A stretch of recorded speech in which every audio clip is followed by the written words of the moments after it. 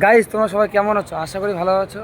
আর ভাই আজকে আসছিল দেখা করতে, বুনাদপুরেই বাড়ি তোমার। আর তোমরা যেরকম আমাকে মানে সাপোর্ট করছো, এই দাদা হোক ভাই হোক, তোমরা সাপোর্ট করো।